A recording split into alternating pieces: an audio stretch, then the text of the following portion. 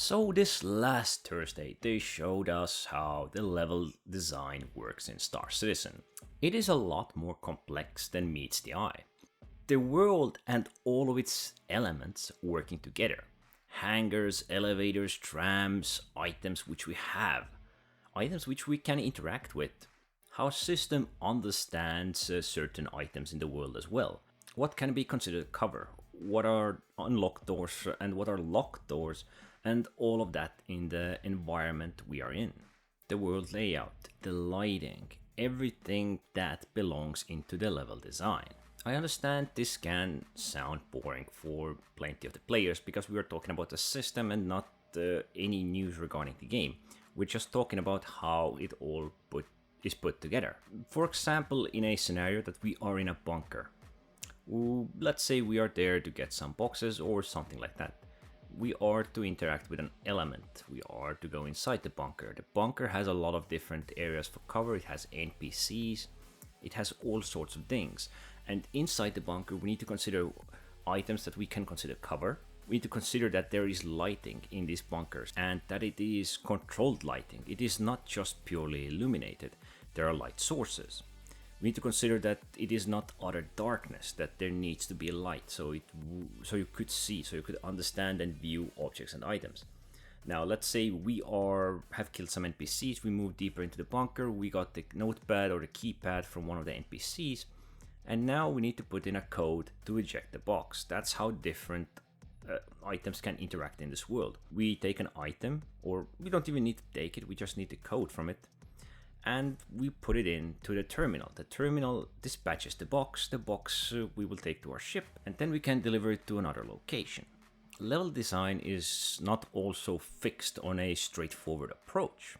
There can be several ways to approach situations. There are several ways we can approach areas. Certain places can have several entrances, several ways you can approach your target, several ways you can approach the mission or whatever you are doing in the location.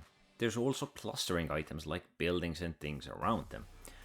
There's an outpost, it has a fence, it has certain items attached to it.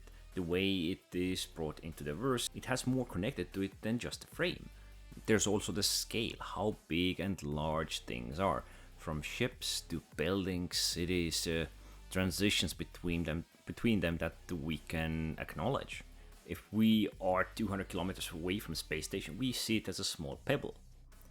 But once we get closer and closer, the scale just expands and we have an idea that this station, which is stretched out into a really big area, perhaps we cannot interact with it all, we can interact with a small part of it, but the way it is designed to give us the feel that it is something big out in the middle of the space, and approaching it, the closer we get, the bigger, more intimidating, cooler it looks, and smaller we get, so we understand that this place is a location of interest. It is something important, something that just clicks in the back of our heads. Okay, so this is the big city. This is the station I was going to visit. Generally, the proportions, what is around us and further in the distance. It's all part of the level design and how all of it grows. It gets bigger. Its styles, its looks, and everything also needs to be kept consistent, because you cannot have just the random transitions. While the feel, the size, and the magnitude of the location or items can be very important, it is also important to keep a distance, or not to keep too big of a distance, between certain different elements in those interactable areas. Sure, the Tetram route is somewhat interesting, it does keep distance throughout the city, but also we don't want the weapon shop in one location, then 2 stations down we have a armor shop, 3 stations down we have another shop, and so forth. It is all meant to also be in somewhat clusters, so that we would not have to walk across the area. It doesn't need to be a city, so we don't need to traverse fast distances after we have landed. Sure, there is an argument to be made, of course, with using the tram, as that can take up several minutes of your time to get to the location, get what you want, and then get back. But at those stops, there are still clusters of shops and things of that sort. Also, every location needs to have the right kind of vibe, right kind of feeling. Like if you know it's a combat area, well, visually it should be understandable. There should be covers, there might be some combat marks, there might be something that, let's say a dead body, something that reflects the current situation, current location. If it's a safe area, it should also reflect the same way, and that's what the level design consists of. It needs to give us the correct vibe.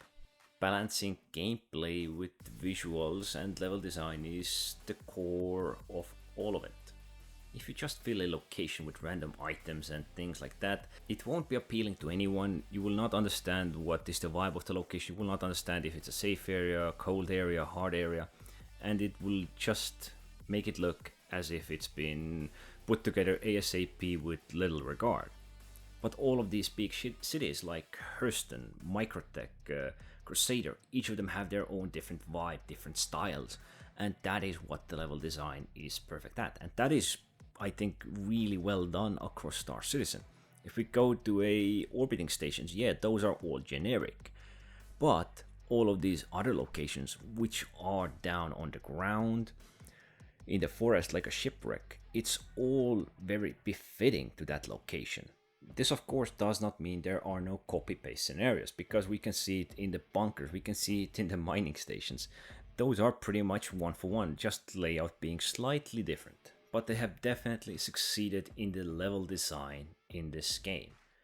Say what you will about its features, if they're buggy or not, but the way the world feels, the way the world looks, the gear, the weapons, everything in it, it is just amazing. I'm gonna leave the link down to the video below, and I also suggest watching the making missions video, which was released on Friday, because that was also somewhat interesting.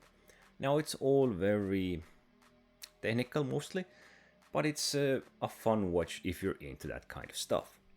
So don't forget to like, subscribe, and thanks for watching.